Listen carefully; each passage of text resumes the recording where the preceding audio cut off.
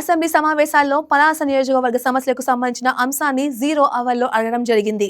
అలాగే బడ్జెట్లో కూడా మా నియోజకవర్గానికి మున్సిపాలిటీకి 122 కోట్ల రూపాయలు రిలీజ్ అయ్యాయి అంటున్న గౌతు శిరీష్ తో మా colleague Sushma face to face.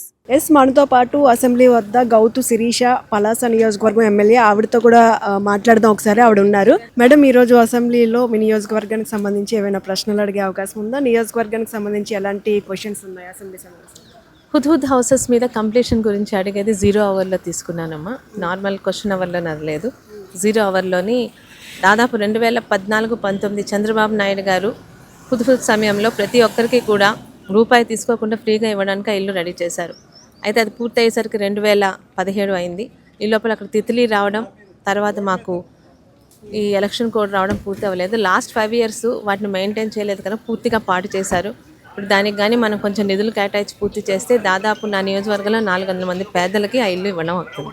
అంటే మీరు అసెంబ్లీ సమావేశాలు అడిగే క్వశ్చన్స్కి సంతృప్తిగానే అనిపిస్తుందా సమాధానాలు? 100%. ఈవెన్ ఆ రోజు ఈవినింగ్కే దాని మీద యాక్షన్ తీసుకోవడం కానీ, వాటి మాకు ఆన్సర్స్ రావడం కానీ, ఎప్పుడు స్టార్ట్ అవుతాయని అధికారులు మమ్మల్ని కన్సల్ట్ చేస్తున్నారు. మీ నియోజకవర్గానికి ఇంకా ఎలాంటి అభివృద్ధి జరగాలని మీరు అనుకుంటున్నారు?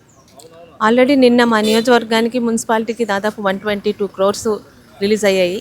సో అట్లాగే ఇప్పటికీ ఎన్ఆర్జీఎస్ వల్ల రోడ్లు వేస్తున్నాము. దాదాపు మేము ఎన్నికల్లోని చంద్రబాబు నాయుడు గారు ఇచ్చిన హామీలతో కాకుండా నేను నా నియోజకవర్గానికి ఇచ్చిన హామీల్లో 80% స్టార్ట్ అయ్యి కంప్లీట్ అయ్యే స్టేజ్లో ఉన్నాయండి. Thank you so much madam.